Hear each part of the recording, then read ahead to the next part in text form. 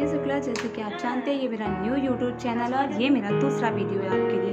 और मेरा आज का नया टॉपिक जो है newly marriage and their complications पे है। तो जी हाँ, हमारी ज़िंदगी में हम सब चाहते हैं कि हमारा जो जीवन साथी हो, हमारे साथ ऐसा जीवन साथी हो जो हमें समझता हो, हम पे भरोसा करता हो और इन सब चीज़ों के साथ आने में लगता है वक्त। ये चीज़ें इतनी आसानी से नहीं आ जाती कि हम सोच लें कि हमें चाहिए तो और वो कल ही आ जाएं।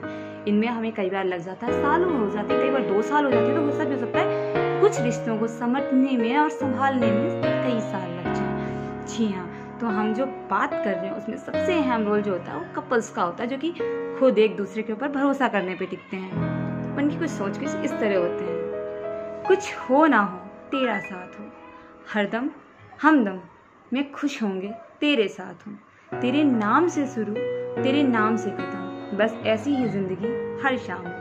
तो समझे कुछ आप, अर्थात जीवन साथी का प्रवेश काटना ही। हम जो है सपने सजा लेते हैं, अपने जीवन साथी को अपने जीवन का आधार बना लेते हैं और कुछ इतना दिमाग में प्रेशराइज हो जाते हैं कि उसके लिए ये करेंगे वो करेंगे, ऐसे करेंगे वैसे करेंगे। पर जो मेन चीज़ होती है वो होती है वक्त। हम वो नहीं समझ पाते कि किस वक्त पे हम क्या करेंगे, तो उससे आती है हमारी लाइफ में प्रॉब्लम्स। कहते हैं जिस दिन लड़की की शादी हो या लड़के की शादी हो, लड़की जो होती है वो तो ये समझती है कि मेरा तो प्रिंस चार्मिंग आ गया या मेरे सपनों का राजकुमार आ गया। और जो लड़के होते हैं उनकी फीलिंग्स उस दिन चेंज होती है, उन्हें लगता है कि वो अब खुद ही राजा बन गए, वो अब एक मालिक बन चुके हैं। जी हाँ, थोड़ी सी फीलिंग्स तो चेंज होने ही लगती हैं, जो कि हमारी सबकी लाइफ में होती हैं। दुख तकलीफें सब दूर करने वाला ऐसा जो राजकुमार, जो लड़कियां होती हैं सपना देखती हैं, बचपन से बड़ी होती थी। कुछ होती हैं जो रिच फैमिलीज से होती हैं, फिर भी वो सोचती हैं, और कुछ होती है जो मिडिल क्लास फैमिली से होती है, लाइक एज वी। तो हमारा क्या सपना होता है ना, ये हम चाहते हैं कि जो हमारे सपने में या हमारे जीवन में प्रवेश कर रहा है लड़का, वो सिर्फ हमें फोकस करे, मेरे जीवन की, हमारे जीवन की जितनी भी कठिनाइयाँ हैं, प्रॉब्लम्स हैं, सबको हमसे दूर कर दे। जी हाँ, ऐसे ही कुछ सपने सजा के लड़कियाँ अपने ससुराल जाती हैं, पर वहाँ पे जो है कई बार कुछ कॉम्प्लिकेशंस आते हैं। वही मिस कन्वर्सेशन, एक लड़की एक जगह छोड़ के दूसरी जगह जाती है, उसको वहाँ पे कुछ कन्वर्सेशन प्रॉब्लम्स आती हैं, लोगों की थिंकिंग अलग होती है, बोलने का तरीका अलग होता है। तो इन सबको कह सकते हैं वे ऑफ कन्वर्सेशन बिल्कुल चेंज होता है एक जगह से दूसरी जगह। जब कहते हैं कि हर 10 पग पे जो है पानी बदलता है, तो यहाँ तो कई किलोमीटर्स की दूरियां हो जाती हैं। इंसानों की सोच तो बदल ही सकती है। जी हाँ, फिर क्या होता है, जब लड़की आई, लड़के के पास प्रेशर हुआ, बेचारा परेशान होने लगता है, आपस में उनकी बनना कम हो जाता है। बनता कम क्यों है? क्योंकि उनको लगता है कि ये लड़का तो मेरे लिए इम्पोर्टेंस ही नहीं दे रहा। इम्पोर्टेंस कैसे देगा? वो तो अपने मम्मी पापा को सारा इम्पोर्टेंस दे रहा है। और अगर मम्मी पापा से वो ये बोल दे नहीं वो अभी आई है, उससे मत कहो ऐसा, तो मम्मी पापा को लगे अरे इसकी शादी कर दी तो ये लड़का तो बिल्कुल चेंज हो गया, अब पूरी लड़की के ऊपर चला गया। अब ऐसे में क्या कर सकते हैं हम? तो जी हाँ, ये प्रॉब्लम्स तो कुछ आती हैं, और जो मेन प्रॉब्लम्स होती हैं वो कुछ इस तरह से आती हैं। पहला, फैमिलीज पर्सन्स एक्सपेक्टेशंस, अर्थात हर फैमिली में मेंबर्स तो होते हैं, किसी की छोटी फैमिली, किसी की बड़ी फैमिली। अब बड़ी फैमिली में सास ससुर नंद देवर, जो सोचता है जिया सास, लोग बहुत सारे लोग होते हैं। मेनली क्या होता है कि जो बहुत से लोग होते हैं सबकी अपनी एक्सपेक्टेशन होती है। अरे मैं सास हूँ मेरी चलेगी, मैं नंद हूँ मेरी चलेगी। अब बहू होगी, उसको ये लगता है ना कि सबको छोड़ो, एटलीस्ट हस्बैंड मेरा है तो मैं अपनी प्रॉब्लम्स उनसे नहीं उससे कह सकती। और जो लड़का होता है वो उससे जो अलग एक्सपेक्टेशंस होती हैं, अरे मेरा लड़का है मेरे कहने पे चलेगा।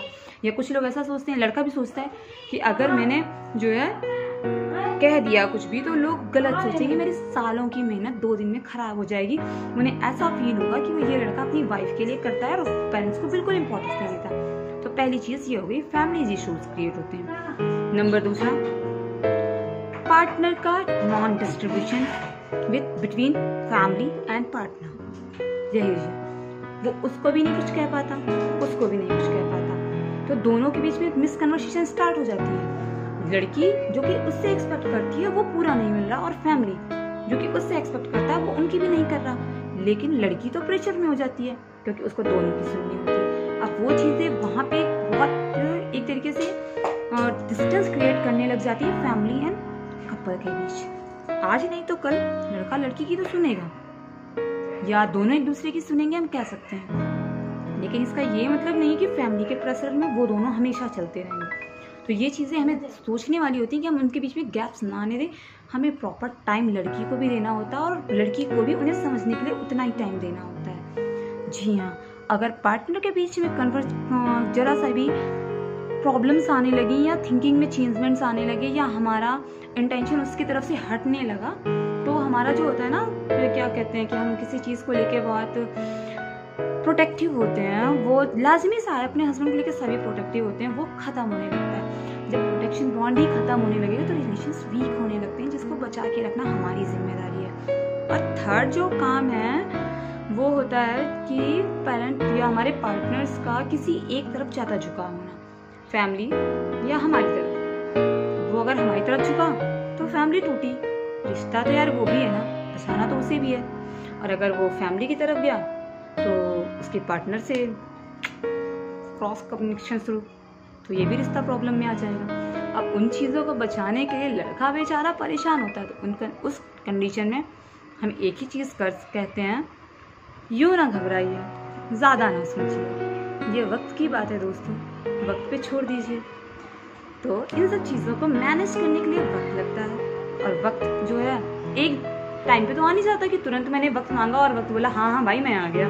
इन सब चीज़ों से वक्त नहीं मिलने वाला, ठीक।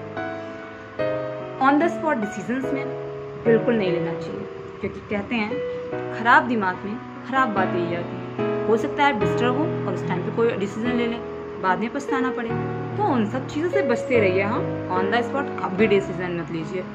और दूसरा जो होता है,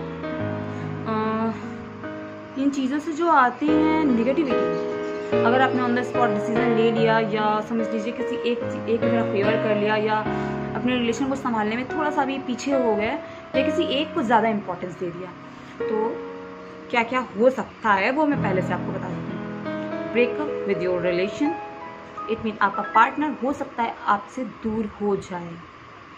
ब्रेकअप विद योर फैमिली, आपकी फैमिली आपसे दूर हो जाए।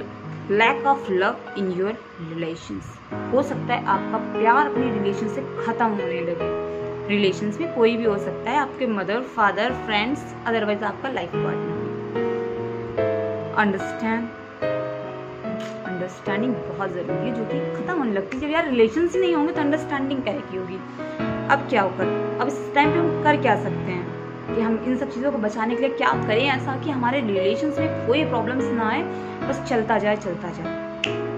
पहला, पार्टनर को कभी अकेला ना करें, गलत ना हो, गलत हो सही हो कुछ भी हो, उसे अकेला ना फील करें।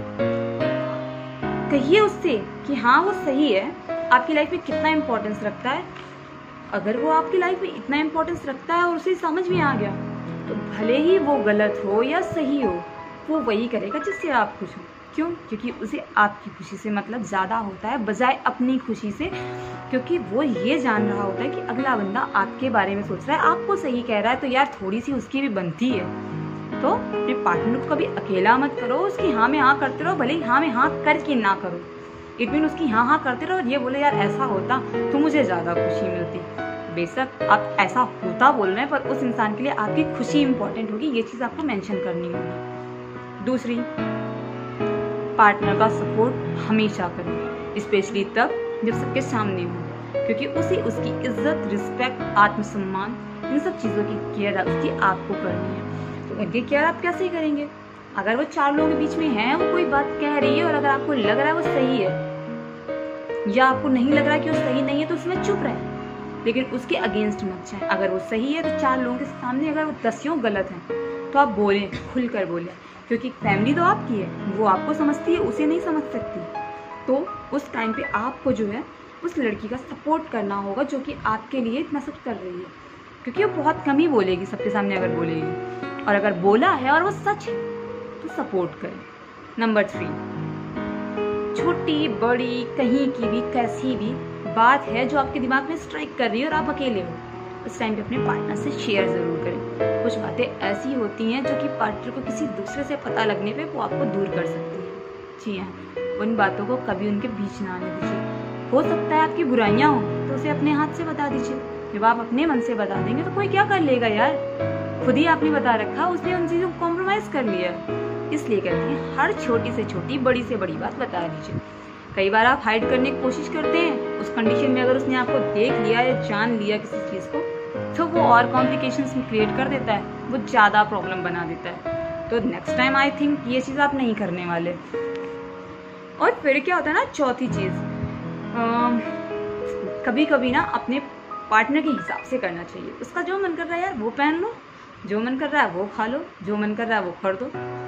हमेशा नहीं करते हम, बट कभी कभी तो कर सकते हैं ना, जिससे उसका रियलाइज हो you are important person in my life. समझिए आप। तो इन सब चीज़ों को आप करते जाइए, करते जाइए। रिलेशंस में मिठास, थोड़ी खटास आएगी, क्योंकि अगर खटास नहीं होगी तो मिठास का मतलब कैसे जानेंगे। हर मिठाई तो अच्छी नहीं लग जाती ना हमें, उसके लिए हमें थोड़ा सा कड़वा भी खाना पड़ता है। तो थोड़ी बहुत कड़वाहट आने दो यार, वक्त दो, रिलेशंस को संभालो, रिलेशन संभल जाएंगे। और हाँ, physical touches are also important in relationship. इसके बाद मैं एक लाइन कहना चाहूँगी, तेरा इश्क मेरा इश्क, तेरा प्यार मेरा प्यार, यार तेरा घर मेरा संसार। बस इसी के साथ धन्यवाद। मैं तृप्ति शुक्ला, फिर मिलूंगी आपसे नेक्स्ट वीडियो पे। और हाँ, ज़रूर बताइएगा आपको मेरा वीडियो कैसा लगा, कमेंट कीजिएगा, लाइक कीजिएगा, व्यूअर्स बढ़ाइए। और हाँ, शेयर ज़रूर कीजिएगा, बिकॉज अगर शेयर नहीं करोगे यार तो मेरे सब्सक्राइबर कैसे बढ़ेंगे। हाँ, सो बाय बाय, फिर मिलूंगी।